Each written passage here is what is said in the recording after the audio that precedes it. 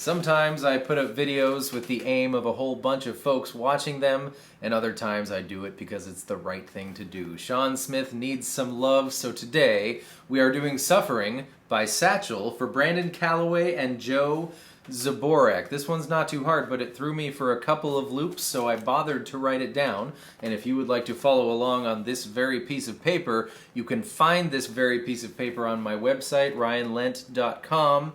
Show notes, but the title, of course, is in super secret backwards code, so no miscreants can horn in on our super secret information. You're looking for, not suffering, but having a good time.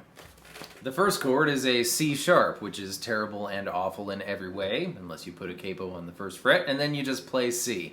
Awesome. Intro, C. We're gonna add the fancies next. F, play big F or small F, it doesn't matter. A minor. Back to F, and then the band kicks in for C. Now, this D chord, the only thing I can tell you for sure is that we heard Shawn play this note, which is relative our capo anyways. It's an E note, so it's definitely a D suspended 2. I cannot tell you for the life of me whether it's major or minor. Both sound wrong, so I'm going with D suspended 2. That's D with no middle finger, open E string. E minor. Land on F.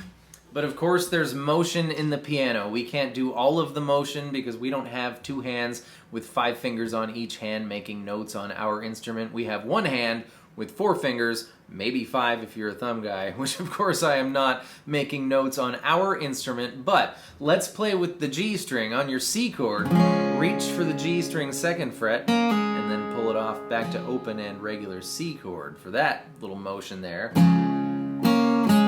And on the F chord, it's your middle finger again. A minor, it's your ring finger. Back to F. I'd stop being fancy when the band kicks in and kind of harken the fact that it moves a bit more.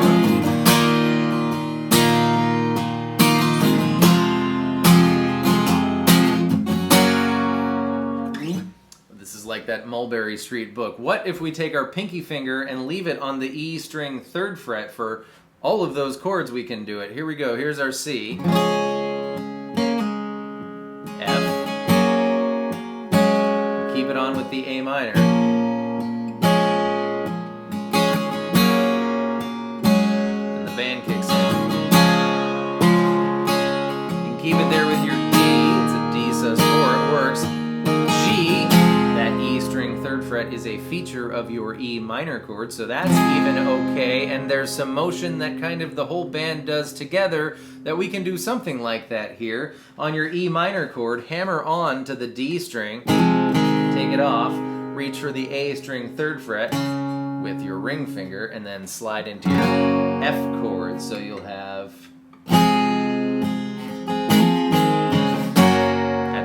that. So let's see if I can do that whole thing for you.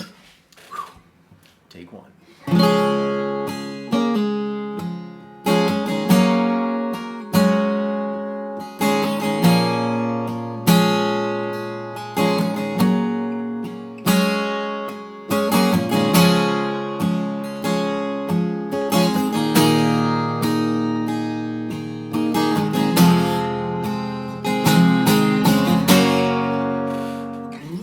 Then the verse hits. You can keep doing the fancies, you can not do the fancies. I'm going to not here, but it starts the same as the intro. And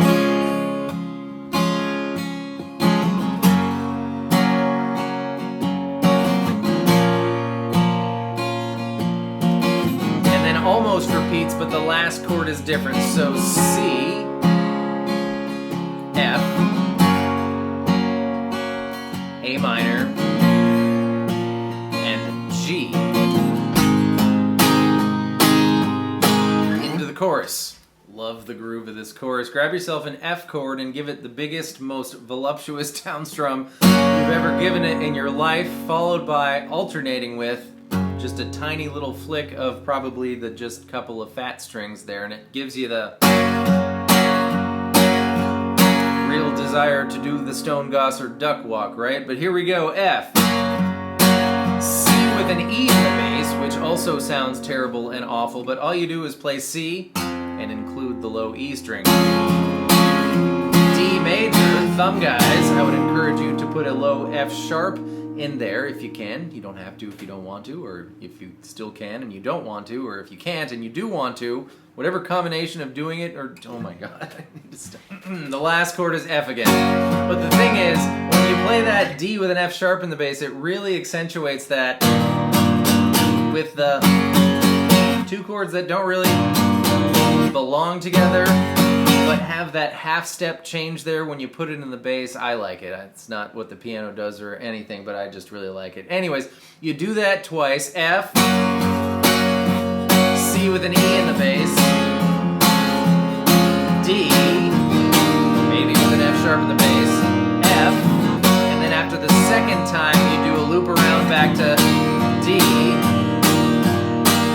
and F before you go into another half intro, just the first four chords of the intro, C, F, A minor, F.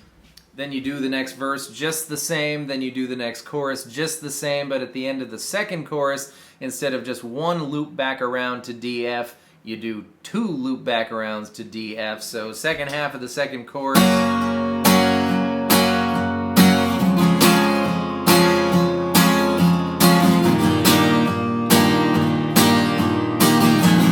Loop back around for our first loop.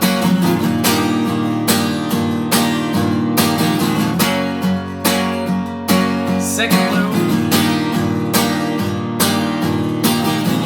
Chugging here until you hit the last intro, which is the whole thing. You can do the fancies if you want, of course, but the curious thing is this F, the fourth chord, is a G at the end for some reason. You'd think it's because he's gonna set up the G